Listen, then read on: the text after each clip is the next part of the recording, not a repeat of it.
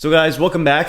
I was digging into YouTube analytics and it felt like a lot of you guys are looking or searching for HBAR related content. So here I am doing HBAR related content. But all that aside, we're really going to ask the question, is HBAR Crypto going to go up? Because there's been some recent innovations with Hedera Hashgraph.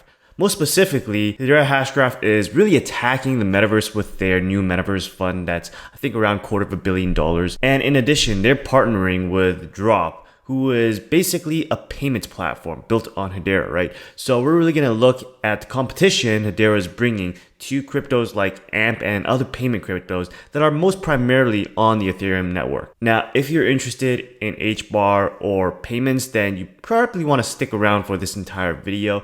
But otherwise, it could always help our channel grow by smashing the like button and subscribe button. And once we've got that done, let's head on into video. So if you're wondering whether to buy Hedera or not, right now it's Tuesday, May 3rd, and Hedera is at 14 cents. And everything is basically down in the entire week. I feel like it's gonna be this way for the entire month of May. So pretty much it's holding on. So let's take a look at this chart. I'm not gonna go into trading view and make things complicated, but basically we could see that Hedera right now is trading at 14 cents, right? 14.2. So basically it's finding support at this previous high that was once resistance, right? Because you could see this little peak here that was around 15 cents and then it dropped again to around 12 cents. So I would say that it will probably find support again at 12 cents or so if it continues dropping, which is why I would probably not buy right now because it's just been straight dropping. And you really buy consolidations, or that's what I really buy,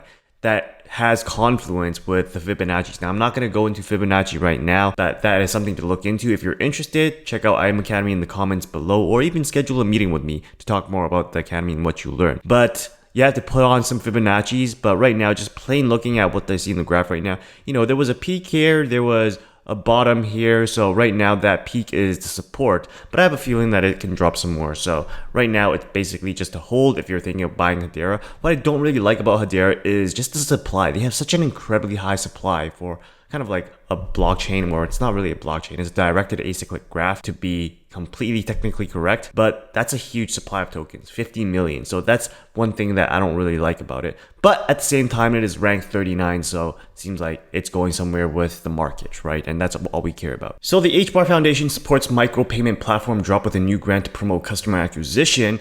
So DROPP is basically the world's first cost-effective digital micropayment transaction platform that enables payments in both fiat, basically US dollar, and cryptocurrency. And they are built on the Hedera Hashgraph network, and they're revolutionizing micropayments as a multi-currency platform. And right now it facilitates payments in US dollar, Hedera's native HBAR token, and soon USDC, the digital stablecoin associated with the US dollar. And really their aim is to make a platform that is usable for pay-per-use pricing for merchants. So they bring in the concept of pay-per-use rather than subscriptions. So this is kind of like innovation in the subscription market. So micropayments is really like a long-standing problem when it comes to transactions so far, right? Because it's really hard to pay for a fraction of the cents because usually the fees that are associated with that outweighs the actual cost. So micropayments makes no sense with our current traditional system. So DROPP is really attacking this platform, this niche that we really need, because when it comes to Web3,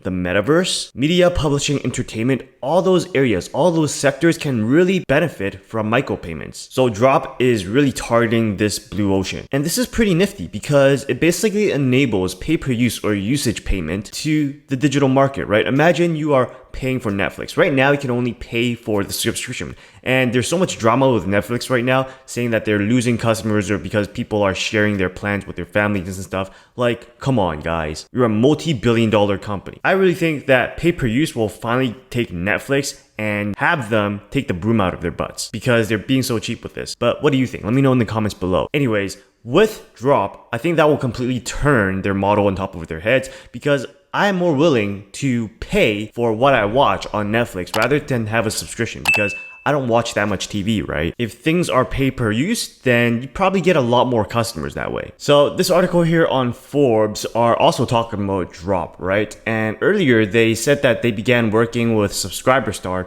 which is a platform for musicians, virtual artists, and educators, an Aura world, which enables authors to get paid directly for every page streamed of their ebooks and for readers to discover ebooks by paying for one page at a time. So these are just ways that people can make money with micropayments. So there is use here. And they compared this with Helium, right? Because I talk a lot about Helium, and basically, right, it's a shared ledger network that leverages a decentralized global network of hotspots. So these hotspots also doubles as network miners and wireless access points to the Internet of Things connectivity. So basically things like Alexa would connect to Helium miner. You have all these Internet of Things devices that are getting internet from these Helium hotspots.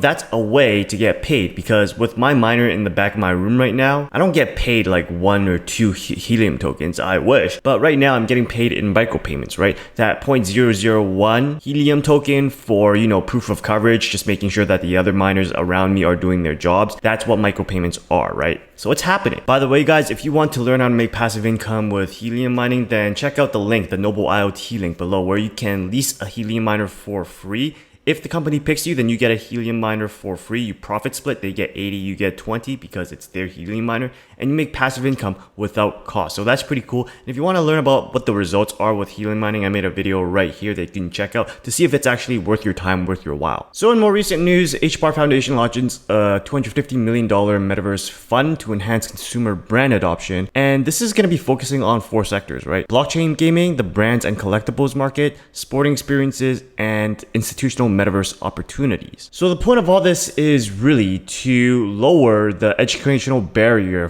to entry for customers that are interacting with their desired brands, because right now we see a lot of brands and companies that are entering into the metaverse and NFTs. One big and famous example is Nike, right? Nike is getting big into NFTs, as with other brand name brands, that doesn't really make sense, but you know what I mean. So the metaverse is coming, which is why I want to spend a little time to talk more about that. So guys, I'm really bullish on the metaverse because it has so much utility. I'm from Canada, right? So there's no Second Amendment, and guns weren't a big part of our lives growing up. But only with the recent settlement in the US have I been thinking that I gotta prepare, right? So I joined an NRA course and learned some more about guns, and they're not dangerous, they're only dangerous in the hands of the wrong people. And I watched an interview between Ray Dalio and Tom Bilyeu, and Ray said that there's 3 places like California, New York, Chicago that's getting really, really dangerous because of all the divide.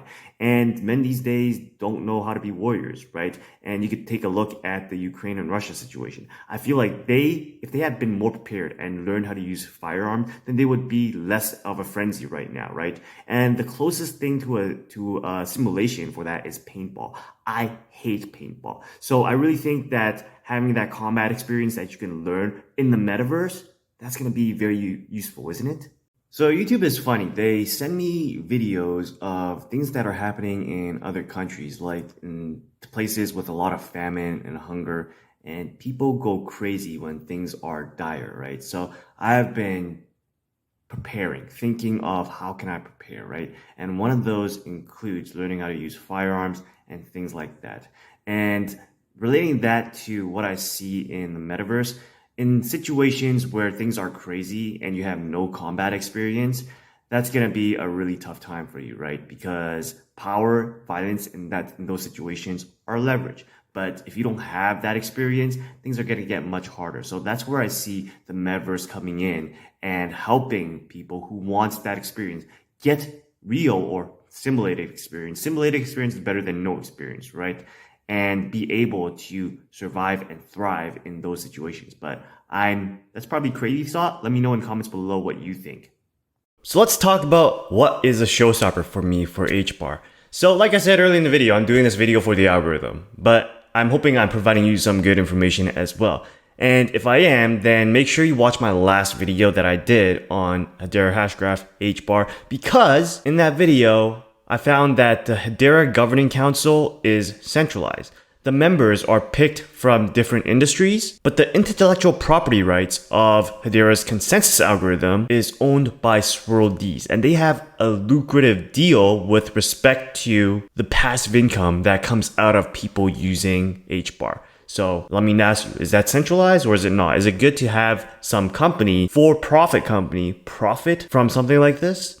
Yeah, I have weird thoughts about that. For me, there is just so many other projects out there that doesn't have this hand-picked council and doesn't have this company that owns the IP to the consensus algorithm. So swirlds really threw me off, and HBAR or Hedera Hashgraph is basically the only project that I know of that has this sort of setup structure. Overall, because of that setup and just the total supply, I mean like 50 million tokens, that is what makes me stay away, because to me, those are just red flags. If it's not for you, then that's great. I mean, we can agree to disagree, right? But I would still want you to subscribe. So that's all I got for this video. Now, if you're thinking about buying HBAR and using this video as research, please don't do that. I am not a financial advisor, so please do your own due diligence and do your research before investing in HBAR or any other crypto for that matter.